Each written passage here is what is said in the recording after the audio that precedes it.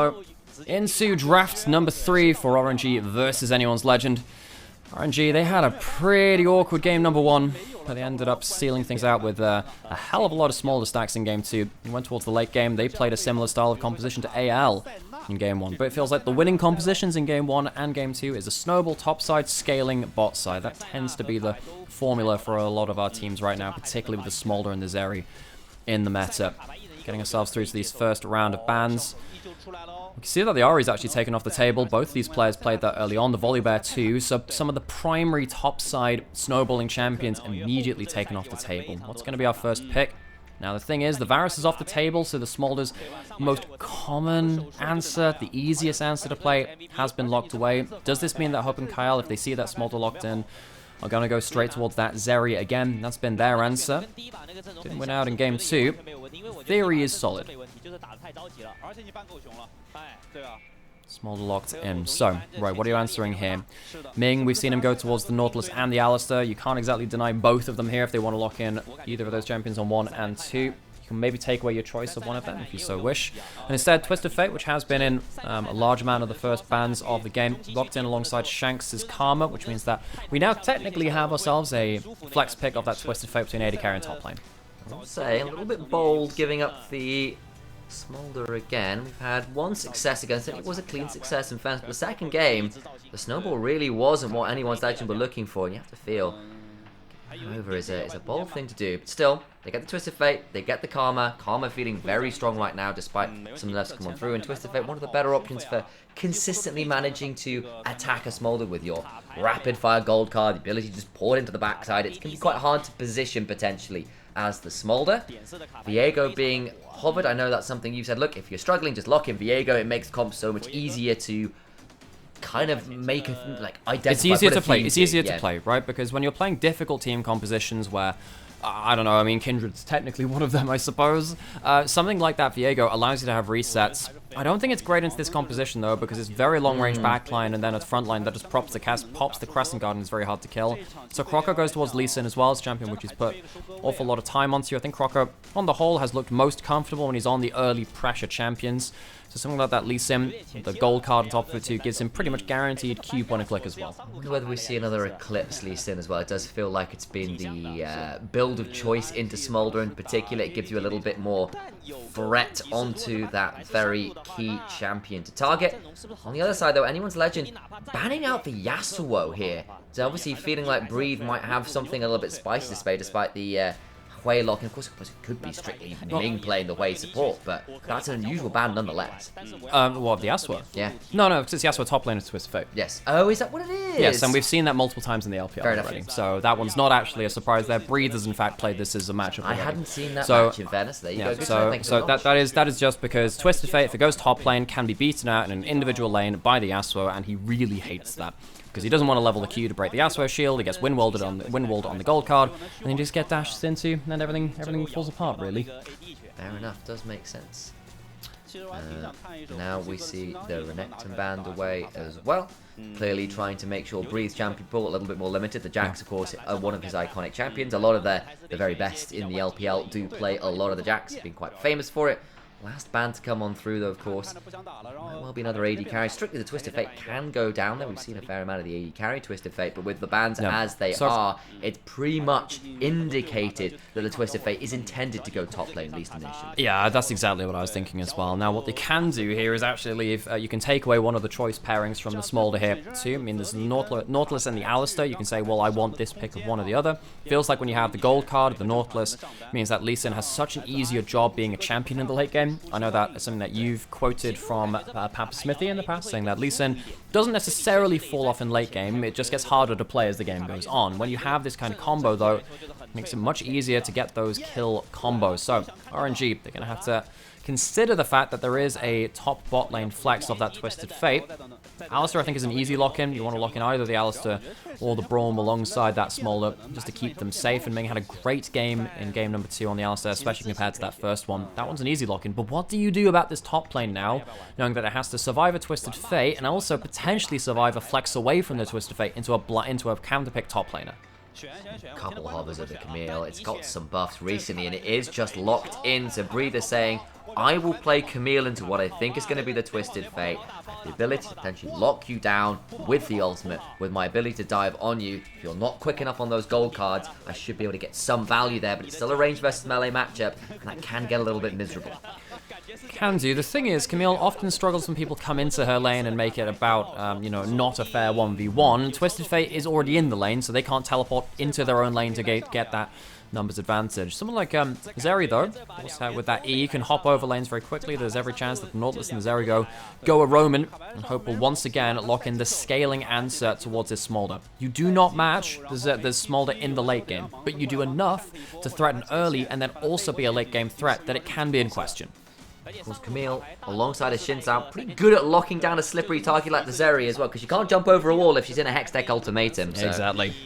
While the lane might be potentially a little bit risky, Breathe was and is one of the very best Camille players to ever touch the Rift. He has always been a specialist, much like the YSKM of old, on things like the Jackson and Camille when they get the opportunity. Of course, much like players like Bin and Aleph for that matter as well. They've spent a little bit of time over the years maturing as players. They play more than just those fighter duelists in the top lane, but it's good to see people like Breathe still feeling comfortable enough to bring out some of these iconic carries, especially when I think it's fair to say he has been the most consistent member in RNG who have on the whole been struggling pretty damn hard. We have, of course, LWX 3 games of Smolder in this series. Before today, they hadn't won a game in 3 weeks. Their last win was against Rare Atom in week 4, and that was only a single game. They didn't even walk away with that series. It has been a torrid split for RNG, who are, I think it's fair to say, in their worst and weakest iteration ever. Anyone's Legend, they had a good start to this split, but they've started to peter out as the split goes on. If they win a series here today, though, it does really feel like they will be on their way to playoffs. So, into the Rift we go. Another different look in the drafts. Wei, Camille locked in on one side. Camille in particular, I know the buffs came through, but has been kind of a scarcity in the top side, a long way from her Season 8, 9 days of near permanent presence. Instead, we now look into a very different style of game, despite the fact the AD carries have remained the same 3 games in a row. So, level 1 stack again. Last game was from AL, though, we're grouping up with Kindred this time. This is something that you see an awful lot when you have the range versus melee matchup in top lane. It's something that you highlighted from draft, saying that it can just suck. If you end up grouping up as a team and forcing the Twisted Fate to play around Vision in one of those brushes, you can't just sit in the brush, drop aggro for minions, and just bully out melee laners very early on. That is 5 inspiration secondaries from RNG. Every single member running inspiration is their secondary.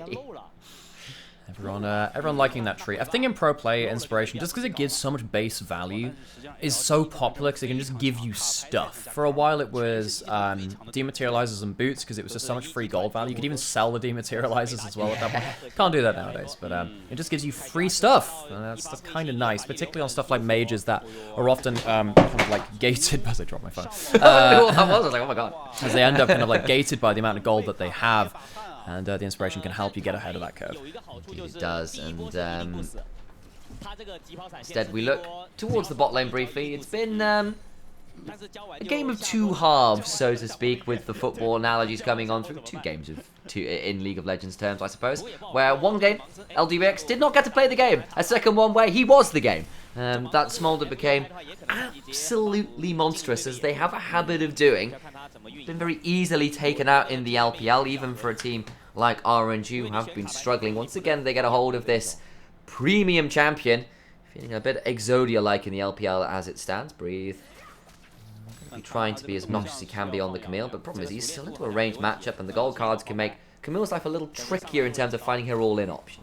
This is the thing, right? You look at that shield there, right? At the early levels, even though it's an AD TF, your adaptive shield is on magic damage. So if you just start trading with your basic auto attacks, don't get much value out of it. Camille's laning phase is very often determined by how can I use my passive and can I use it on cooldown. It's one of the reasons why Camille versus Gangplank was a fantastic matchup to watch, because if Gangplank could force trades away from that passive, it would be a winning lane for him. Now the thing is, traded very well early, but Wei has made his way up. He's completely skipped his topside camps. Going to ward, he's going to run into him. Oh, there's nowhere to go. You can throw a gold card on one, but not on every win. Becomes lightning, and I wonder whether Breathe might go for the flashy option, but Harry still with the flash would make it a little bit too tricky to execute on.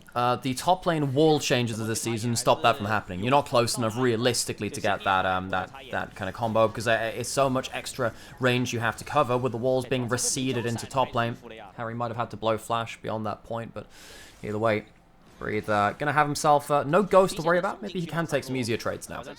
Okay, looks for a hook. Kyle instead catches a minion just about. The turnaround from Ming comes on through. It's just a trade of abilities. Nothing really lands. And this topside matchup is where we've been keeping our eyes, because it has been the point of most volatility, I think it's fair to say. Way, because he skipped a lot of his top camps.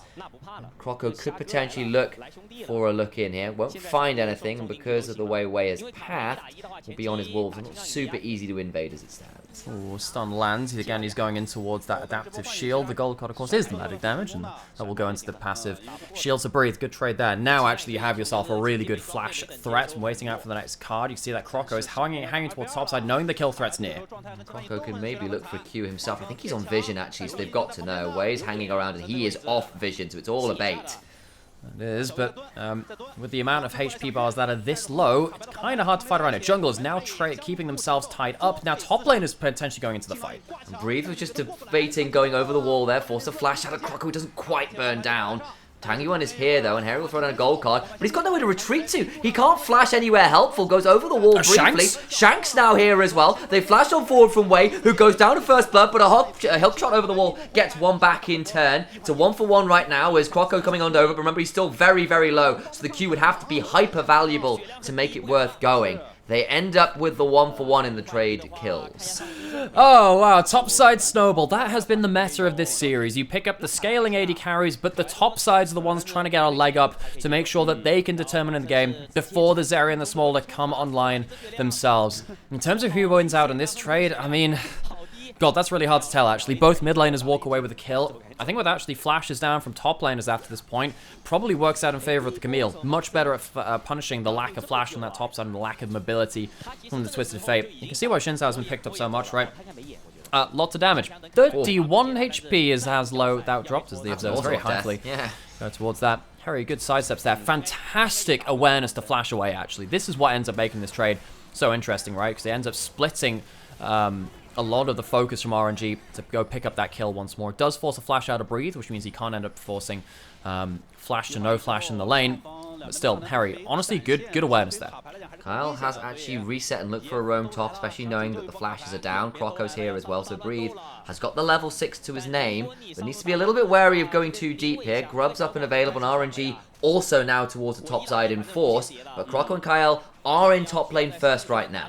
And again, this top lane has been the focus of everything. So often top lane is an island. This time it is very much connected to the mainland. Trample still available, forced a flash out of Kyle. They found Croco as well, who will ward up away, but that means there's nowhere for Kyle to go with no flash and no hook. That means no hope as Breathe claims a kill. Top side from RNG really starting to fire off. They have a very, very long-range follow-up team composition. Xin Zhao, if he hits a W, is going to be able to dash very, very far, and of course the Camille, one of the best follow-up champions from top lane in the game. It's been a while since we've seen this champion in meta, and you know, we've seen now YSKM pick this champion up primarily.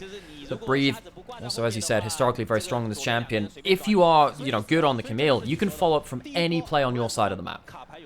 Looking at this now, the fact you've also got the Hui, whose ability to play artillery mage to your diving into the Severing Bolt as well, and especially when you lock someone in the Hextech ultimatum to mean they can't really dodge out of it. A lot of value there could prove very, very tricky, and how much better has this looked from RNG's top side over the last couple games? Playing towards the likes of Breathe feels almost like a breath of fresh air. They look so much more cohesive, maybe will be the term I use here, especially considering even like as far back as game 1, not that long ago really, where they just looked all out of sorts, ultimates and skill shots all going wide there. Players being on different pages felt much more like they have an idea about how they want to play the game. Anyone's Legend, of course, would like to stabilize here. It's not like it's the worst early game ever, but of course giving up a couple kills towards that top side feels a little bit alarming, especially when you are supposed to be the favourites in this matchup pretty handily. And when you are giving over that lead towards top side, it really starts to put pressure on the AD carries as well, right? because it means that you're not... If the lead happens in topside, eventually that will spread across the rest of the map. With someone like a Twisted Fate, it means you can ult on the map. With someone like a Camille, it means you can teleport and then start to look for really big hook shots into the ultimate over walls, which means that these scaling carries really want their own topside to be ahead, even though they don't affect it. But Harry, he doesn't have the lead to play this. Doesn't. He throws down a gold copper. It's on the way. Doesn't get that much value. A Q2 will do it. And the precision protocol and a little bit of help from Wei secures the kill onto this Twisted Fate, who is just not having a fun time in this top lane. Now this Camille 201 is going to prove increasingly challenging to deal with in a side lane. A Karma, a Twisted Fate, I don't think either of them are going to deal with a Fed Camille. No, they're not, and honestly, the Zeri can't really either, and that's the problem here. It's like when you're sat in solo queue and you're sat in your own one lane on one side of the map, you sat here as the bot lane go, oh, I'm just going to press tab. Ah, we're losing topside. That's a problem, because you're going to have to deal with that Camille now at some point. This lead is going to start flooding out of this lane and spilling out onto the rest of the map. So RNG, it's looking pretty good for them. Considering how Game 1 started, this series is now looking like it could be in their hands. The subplot in this particular TV drama, of course, is the fact there is a slumbering late-game boss in the bot side as well. By putting everybody topside, LWX has been free-farming in the bot lane, and Ming's in topside. Everyone's here again, and Harry's about to die. There's nowhere to go. A flash pulverized into a headbutt. The Twisted Fate falls, and you just get more value. Here comes Croco. Maybe they can make this one a bit more challenging. Actually, everyone's coming on over. They kick away the Camille, and maybe we spoke too soon. RNG mess up the execution, and Harry survives, and now Breeze's got nowhere to go.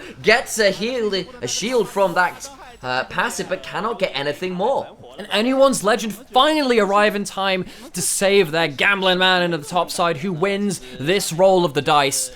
0 and 2, but finally gets some free run at this tower, gets himself a plate there, and this is very, very important. If that kill goes down with, once again, Croco not able to respond in time, you have to feel as though the top side from RNG just kind of explodes across the map. This looks like it's doomed from the start of it, but Ming can't quite do enough. We've got Harry going through, cycling through different cards as well.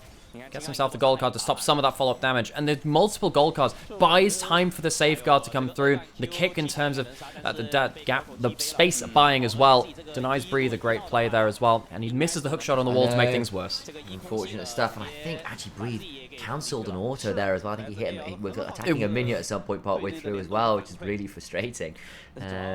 So either way, it's a good shutdown towards the top side, and the Twisted Fate getting a little bit of a reprieve despite the early game going wrong. The problem is, it's still a game where the gold is even and you're into a smolder. We saw exactly how that worked out literally last game. I kind of talked about it. Everyone being topside is giving free time to a smolder. Yes, you're into a Zeri on the other side, but I don't think the value is quite the same.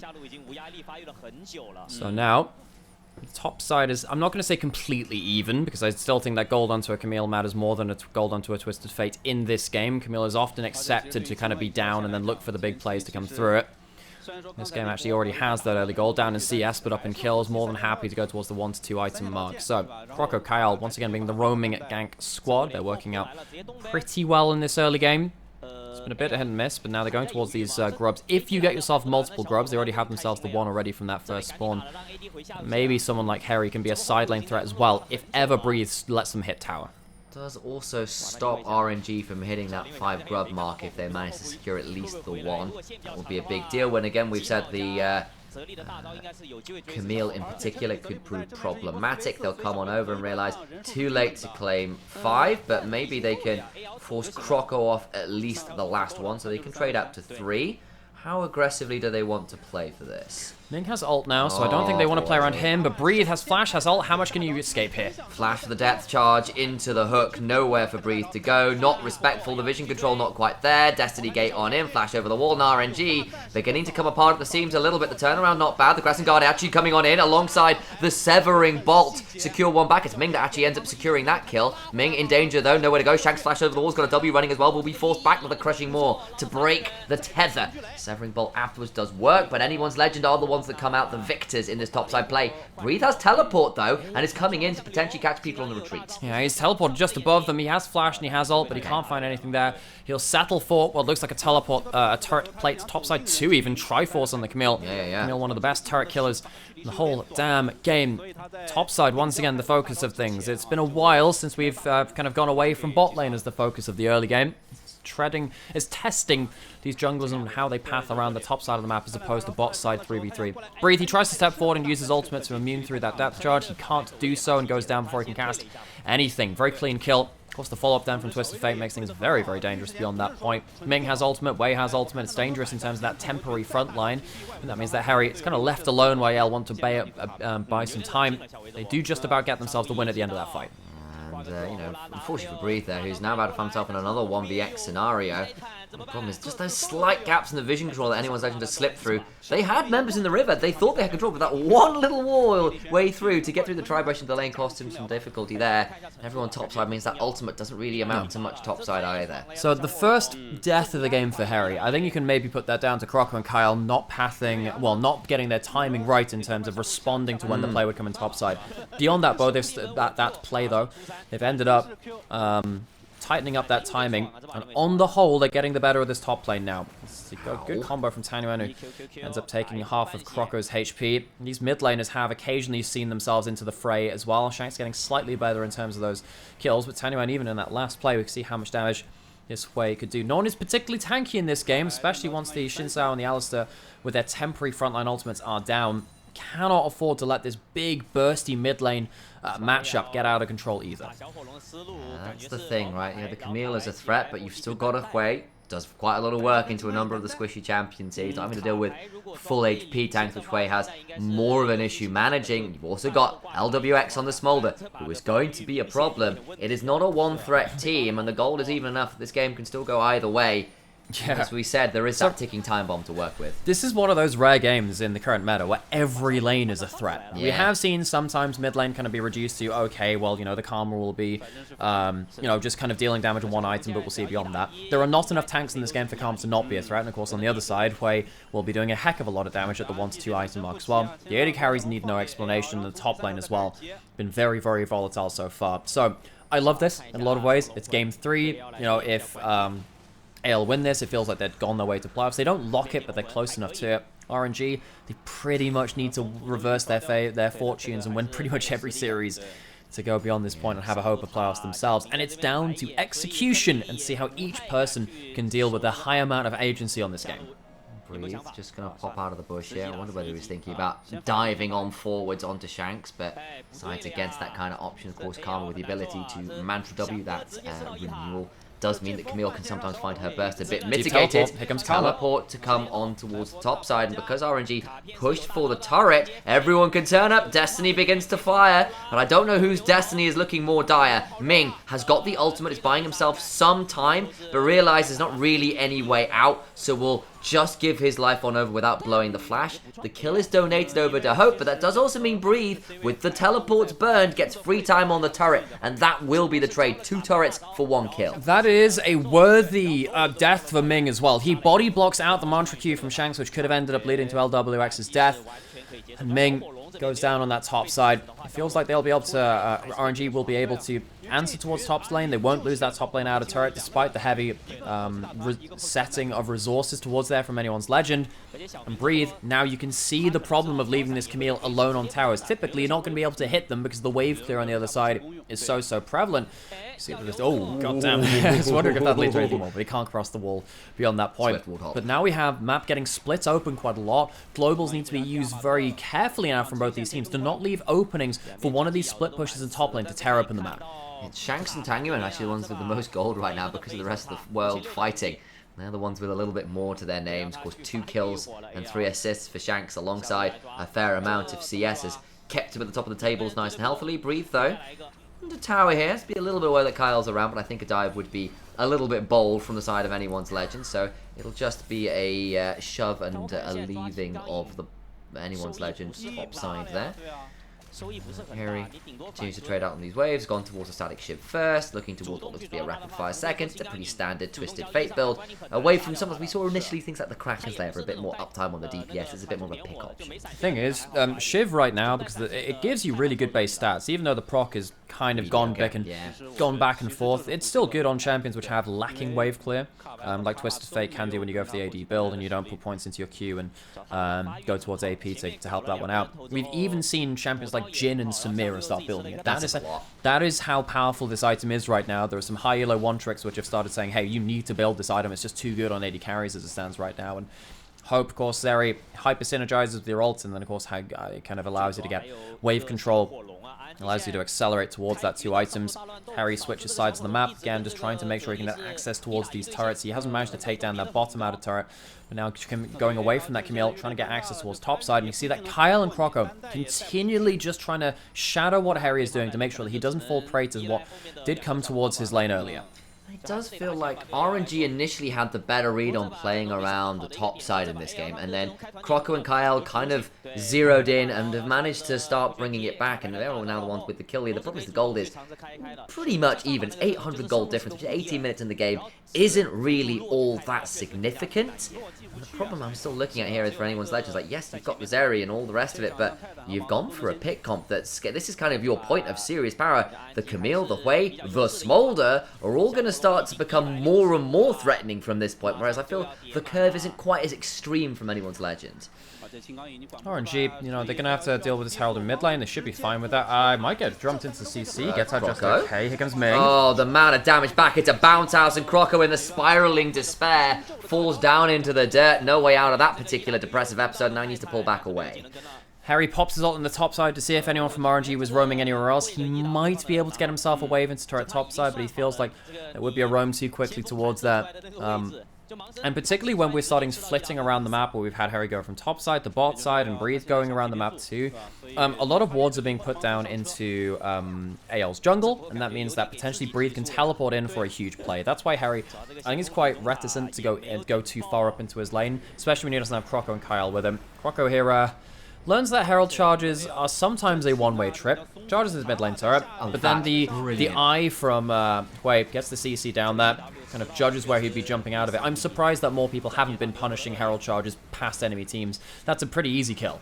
Yeah, just well known. They know exactly where he's going to pop out to. Croco caught out, and the despair is a bit too much to manage. They hold on to their turret. They get the additional kill. It was, I believe, where you picked it up as well, so that feels pretty good as well. Now 2 items with the Seraphs and the Horizon Focus.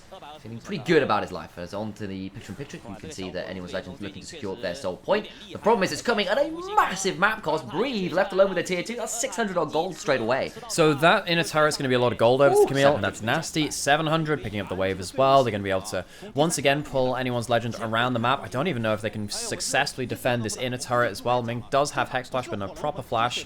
And while all this is happening, there's a lot of vision being traded. Now, we have Harry coming from bot side, potentially for an ult, but nothing really forced there. The camera did zoom out. I was wondering whether Croco would be jumping into the play and then having Harry come alongside him as well. But he didn't, of course, have himself that ultimate, which is why that play fizzles out.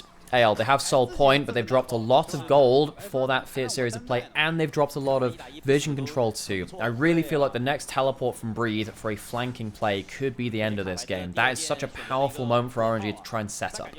Interesting here that the stats from JD Esports saying, like, look, actually still a 56% win chance for anyone's legend, despite the game state, which is unusual. Well, that is with the game state. That's I had the timer on the bottom, so that was in terms of, like, as the stats currently say, whatever model they have going through it, it feels like Red Side is fated to win by their model. Yeah, no, I know that. I'm saying, from my eyes, the game stick looks RNG favored, because they're the ones with the gold, they're the ones with the soul stacking, and it's only a Chemsol, which is nice, but not that great. That's why, folks. Stats will only get you so far. You have to understand the context of the teams which are playing these champions as well. AL, they're starting to kind of hold... Again, this pattern of Harry pushing in a side lane and jungle support trying to protect it. Alright, so Baron is now being a consideration from anyone's legend. The problem is, if you look in the picture-in-picture, looking at the other side of the tier 2, they're teleporting behind the Camille. They're going to try and catch her out. She will get the tier 2, will hookshot over the wall, about to find Shanks, but Shanks misses the Mantra Q, will Hextech Ultimatum and buy some space, gets a fair chunk back. I just don't know how easy it's going to be for Breathe to escape. And she jumps over the wall, having landed the tactical sweep. Shanks goes golden, and Hope comes over to claim the kill. But everyone coming over, I wonder whether RNG would feel bold enough to start the Baron, considering 3 members went to stop the Camille, but it's not going to be enough. Yeah, they're not really in position to start off that Baron so quickly. Breathe almost taking down one with him, and he does at least get rid of the stopwatch equivalent of that Seeker's Arm Guard from Shanks that's been used. He won't have another one of those until he gets himself the full Zhonya's proper. Whenever you take Breathe off the board, though, you just feel a lot more safe as AL to walk across the map. That Camille is so threatening once you get into certain points in the game. Wait, I think he's trying to see if you can judge whether that Spurtle Crab is going down for a quick steal. Not going to be the case, though. Harry, without that Camille around, feels much more happy to walk in and contest things like this. Alright, so, Wei pulls back a little bit. Was looking to see whether he could steal away that Skull Crab. Can't quite make it happen. It'll be 2 minutes or so until the Chemsol fight becomes a possibility. Instead, RNG is saying, look, we'd rather take control over this Baron area. Breathe gets himself back onto the map. He hasn't been able to get control of this bot side, though, because, of course, he ended up dying, which means that RNG, when they're playing towards the top side of the map, they don't have that extra added factor of AL having to respond towards bot lane at the same time.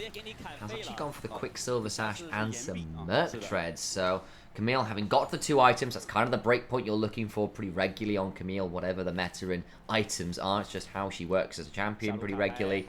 Has also basically now said, look, I just got to deal with the pick CC, the fact that this Twisted Fate, this Nautilus, even things like the Karma route could prove so problematic. This is my way of managing that best I can. I think especially because he wants to play the side lane, it's a way of kind of being a little bit safer doing so. Funny you mentioned the Nautilus in there. You can't obviously QSS a lot of what Nautilus does. You can do it with the passive, but it's really not really... It works okay on the hook as well. No, it doesn't count as that because it's a displacement. It's a displacement. It's not a mini route. So, I thought at least half of it was not. I thought not all of it was displacement. I thought at least part of the CC you could cleanse.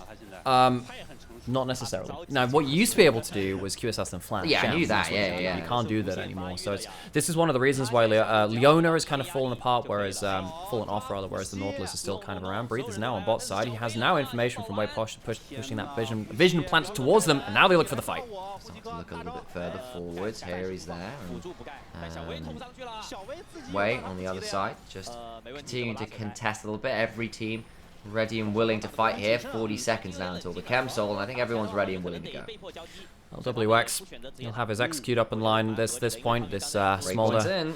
This Smolder is ready to finally be part of this game. Zeri has been roaming some of the players in the way that, you know, you can wall skate over with your E. Really haven't seen LWX turn up to the party just yet, and that's a problem for AL. They've been avoiding this the whole game. Now face up to this dragon. So, looks like RNG have managed to force anyone's legend out of the river. They are the ones trying to keep an eye on the mid lane wave. Of course, with the mid lane tier 1 down, RNG can get priority there, which is always a significant factor to managing these dragon setups and fights. You can also see that Tanyuan as well. He is the longest range champion in this game, so he's trying to get himself some poke here and there as he can. The Zeri Laser is also coming through, and of course walking into Shanks' Karma, not necessarily the nicest thing either. Vision control, TF ult pulled. What can they find with this? Not a lot right now, it's just keeping vision, but Breeze on the flank. Wei has to use the Crescent Guard though, so it's a fairly big ticket ultimate. Yeah, and he doesn't even get to deny that gold card damage. He pops it just a second too late for that one, and now Wei with no temporary frontline at half HP. This should be the dragon going to AL.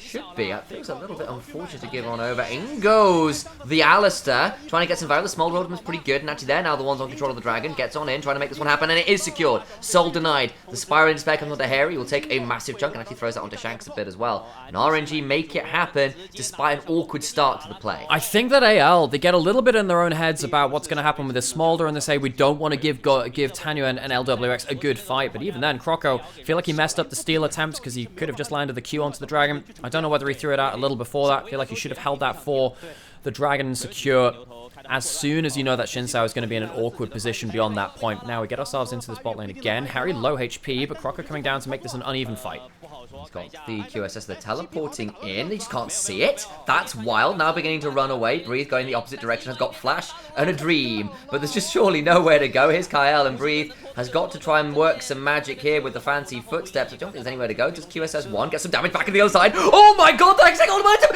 He flashes out and Breathe gets a kill and runs away, having committed the murder of the century. Harry before this tanks up an entire goddamn minion wave and gets himself down into kill range of Breathe. Breathe still has his teleport if he wants to go towards the other side of the map. It's an insect, but honestly, with the Baron going down and a kill already claimed, Breathe does not care one bit. This time the Baron is started. This time Breathe does not go down cheaply. This time RNG might be looking to win only their 3rd series of the split. It was what, week 4, the last time they won a game? They might be winning another series here in week 7. It's been a long time waited for Royal Never Give Up. They are in the midst of their worst split ever, in their weakest form ever, but Breathe, he's trying to recapture at least some of that old form. Harry, he tanks up an entire wave with a cannon minion, and Twisted Fate doesn't have that much sustain either. So he's below half HP, you can see that. Adapted defenses, and also the hook, meaning that Crocker's Q actually misses, means that Breathe finds an angle to go straight in towards Harry, gets himself that first Q, waits until the Q2, goes straight out, doesn't get hit by the Karma Slow as well, flashes out. Breathe, clean as you like.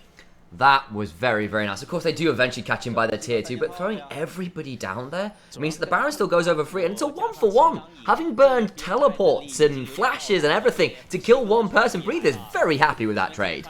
He is, and now he gets to come back out onto the map, knowing that the rest of his team will have the Baron buff. He won't, so he won't have that in the side lane, which kind of sucks for him. And AL will have to...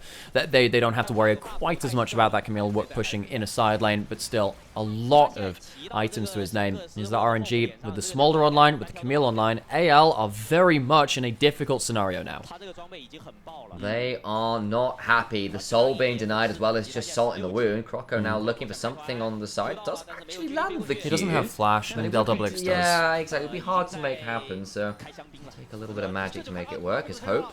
He's hit there with a little bit of damage. The Smolder ultimate as well is perhaps a little over-eager there from LWX, but it'll still be the tier 2 that goes down. Yeah, I mean, if you end up getting a good combo through from the Xin Sao Q, maybe you can land into something, but still, a bit of a swing and a miss. Good thing about Smolder, though, is that your ultimate is so low cooldown and that nothing really matters that way. Harry used that ultimate, not really using much there, maybe trying to punish the use of the ultimates freely.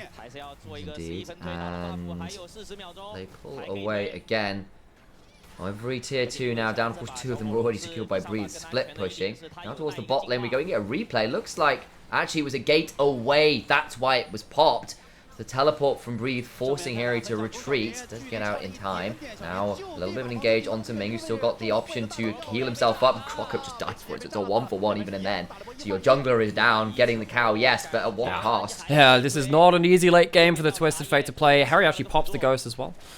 To be a part of that one, but can't really put things into the advantage of anyone's legend. The Baron buff still available, just a couple of seconds left on it. It's not going to lead to the breaking of the base, so AL will survive in that regards, and KL will end up missing that hook just about.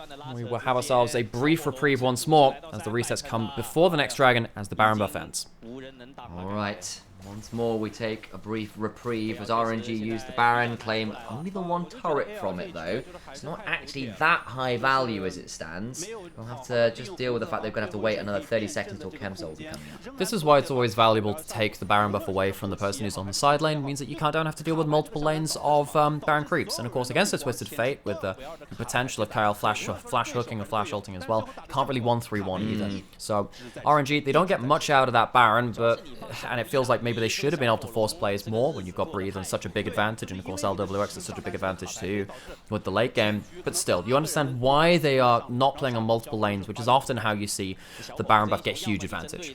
Having spotted people towards that top side, it's mainly RNG who make sure this mid lane is shoved all the way back to the tier 3s, and they will retreat back towards the Chem Dragon, prevent Chem Soul again, of course, because Croco and Wood was spotted towards that top side, but it is towards the top side. This should be free for RNG whether they know it or not.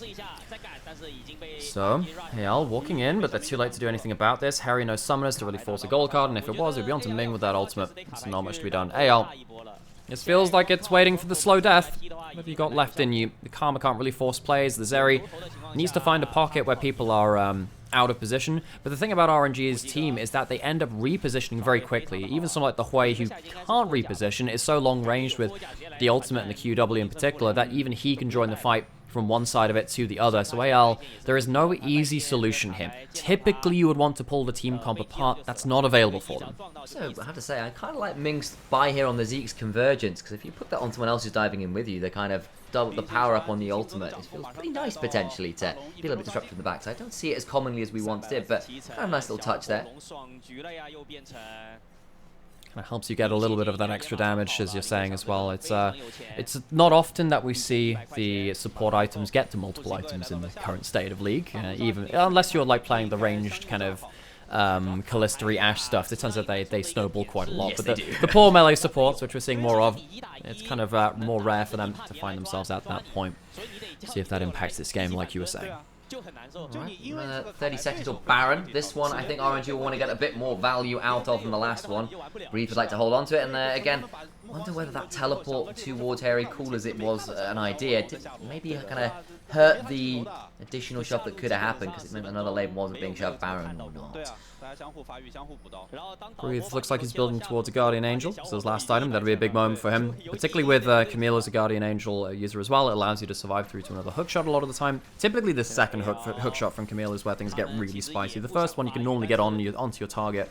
But are you tanky enough and can you survive long enough to get towards that second E to make things nasty? Now we've got that Twisted Fate ultimate being pulled. I'm going to try and make it happen. The Crescent card down means it's not that easy at 2. If Away is still forced to flash. So there is that. The Crescent card being down is good. But Harry not having his ultimate means that's Breathe alone in a side lane with a teleport. Someone has to manage the Camille now. Well, AL need to start Baron now to force them away from side lanes. But if you do that, you're going into Smolder with ultimate and flash. You're going into Ming, who has ult and flash as well. It feels like you are in a bad position no matter where you put it.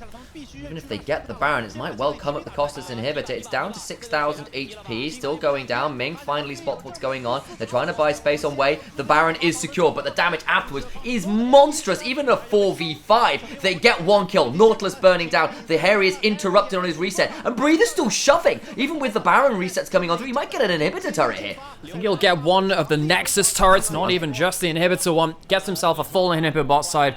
Can they even force a play onto him afterwards? I feel like Breathe outplays Croco if he's there alone. Are you sure about this one, Croco? Just trying to slow Breeze the touch options out. Gets a Q2. Hook shot. Nice interrupt, Croco. Does manage to get something back. Breeze still playing. Has got a Starix to work with. Croco still trading. Another Q comes through the W. Goes wide. Begins to get some damage back. Hook shot back in. Does surely get the damage. The hook stick ultimatum isn't enough to buy space on the other side. Why is Shanks here? I think he interrupted Tang Yuan's ultimate teleport is what happened. And it still ends up being a 1-for-1, all things said and done. So Breathe dies once again on a side lane, but it feels like with the 2 turrets and the inhibitor taken, that'll be a worthy trade. AL, at the end of it, I mean, I thought it was going to go a lot worse for them. I think they only end up losing the 2 kills. Yeah. Lose 1 at the start of this. Shanks, he just had himself a bad retreat path. He tries to buy as much time, so he can maybe get himself into a position to get the empowered recall. Problem is, Wei is so long range. He ends up using that blast cone. I think hitting that vision plant is what actually ends up putting him into the bad place there. I even wonder if that blast cone could have gone the other direction, further towards his own side. Those empowered blast cones take you a long way. But either way, Shanks, sadly for him, can't one, get a return kill, and can't save his life. Yeah, I wondered whether with the W he might be able to get the hold of Ming, but can't quite make it happen. It does also delay the shove a little bit as well, because everyone running after Breathe, and then Shanks in his own hackety-sax adventure means they don't get that much value out the Baron as it stands. There's a minute left on it. They've not really managed to do much other than kind of solve the waves that were already at their own inhibitor turrets. And also, the real pressing concern from AL is that you have yet to kill the Smolder or the Hui. You have to face them at some point to win this game. It might only have to be once. You can see that Croco was looking for an angle there on the side, but they need to do something about this backline. You can't avoid them for forever. Yes, indeed. And Smolder, how many stacks down at this point? It's got to be a fair number of them.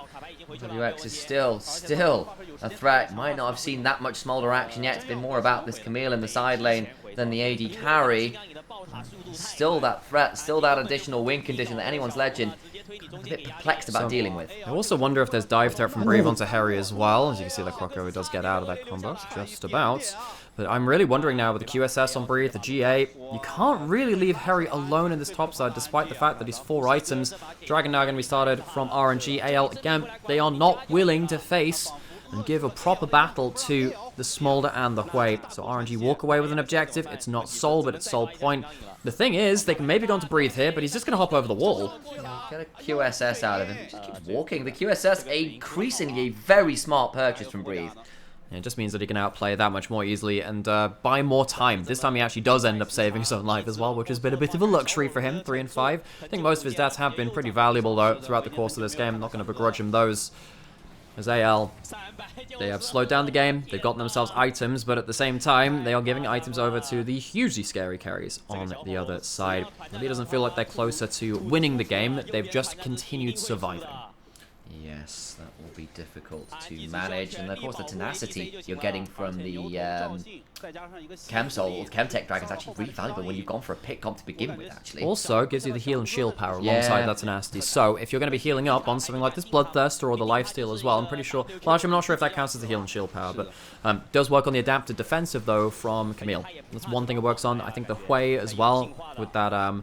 with the WQ, that little pool on the ground which gives you those shields, that can be very important. The Locket even. I think actually between all of the shields, AL, they're probably going to have to deal with an extra, 500, 600 HP per person with 3 Chemtech Souls. Chemtech Dragons, rather. Goddamn, words are hard today. But really, it feels like that extra heal and shield power from those Dragons might also be very important because AL are already going to be losing the damage race. Camille now, full build, Mercurial Scimitar in. Feels difficult to manage. Between the cleanse, the flash, the E, the shielding power, everything else going on, getting very, very difficult to get a hold of the Camille. We've already seen how many resources required to pull her out of her side lane already. LWX just hit 400 stacks, folks. Level 18. Full build with a Leandries in inventory as well, which means that if you start combat and you hit something on the enemy champions, you're going to have the Shojin giving you the extra ability damage, and then of course the Leandries are amping all of your damage all together. So, LWX, if he gets into combat and starts doing damage, oh my word, you are going to lose this fight as AL, and you understand why they're trying to avoid the fight against Smolder, but this is still going to be an eventuality that you're going to have to deal with. The problem is, unlike other carries, Smolder will also just keep scaling beyond the item slots as well. Your Zeri is not getting stronger, Smolder somehow is, and that's terrifying. And it also becomes a problem, is that yes, you've avoided fighting, but you're not winning. This is only buying time, and you're delaying for what eventuality? In what way does this lead to you winning the game? And I'm not honestly sure it does. It's almost a Baron sneak at best angle. On the other side, Harry's just losing a 1v1. Flash for the final auto, and Camille wins it. There's no escaping this time and no response. Yeah, this Camille with the Mercurial Scimitar has hit very much into the late game, and hell, the tenacity for that champion alongside the Mercrez means that it is so hard to lock them down. Croco, one last gasp. Oh, Ming just denies it immediately. The spiraling despair comes on cross alongside a cry of mum. And they will be asking for their uncle, anyone's legend at this point, because there is just no respite. Hope tries to get under breathe, but there's still a GA to work with. Even if you bring the Camille down, to what end? Hope must do something here, but I feel Hope is fleeting in this game. Hope, you're trying to play around the ghost, trying to play around that ultimate which just ticks off, and sadly this Zeri hasn't died this game, but has not been able to determine the outcome. Last year and the year before, Zeri was the queen of late game. In this one, it has not been quite so simple. Smolder has come to play and ruin another game. I think it might have been demoted to a princess, and we know what dragons do with princesses. They take them hostage and make sure that they win out in the end. RNG, it's been a long time coming, but they finally win a third series in the LPL. Going to clear themselves off of the bottom of the table. A loss today would have seen them as the 17th placed team in the LPL. It was pretty hard fought. Game 1 was an awful game from them. I don't know what happened between Game 1 and Game 2 backstage. Maybe the belts came out to show them the differences between Game 1 and Game 2. But still, despite the hardship, they walk away with another win. Well, another win eventually. And anyone's legend, it is a continual slide down the standings. They are a 7-win team, but they don't look like it. How much better do Ming and Wei look when they are not playing around bot lane? When Ming isn't in lane, when he's roaming around on the Nautilus, joining up with the Xin Zhao to make things happen, when Breathe gets a little bit more priority, they look like a different team. It looks so different to that Game 1, where it looked so discoordinated, leaving LWX to scale alone in a side lane while they're playing around brawling with their mid and top lane. Feels like a much more successful strategy from RNG on paper. You could just say, oh, they won a series. They had 3 games of Smolder. Well, I wonder if there's a correlation there. They ended up losing one of those games, of course, in Game 1, but I'm disappointed in AL that they thought they could just stick to their guns on this Zeri for so long. I think Zeri, the theory is that you scale up alongside the Smolder and then you bring some value before the Smolder gets to true hyper late game. They couldn't do that, and I feel like particularly in this one, once they started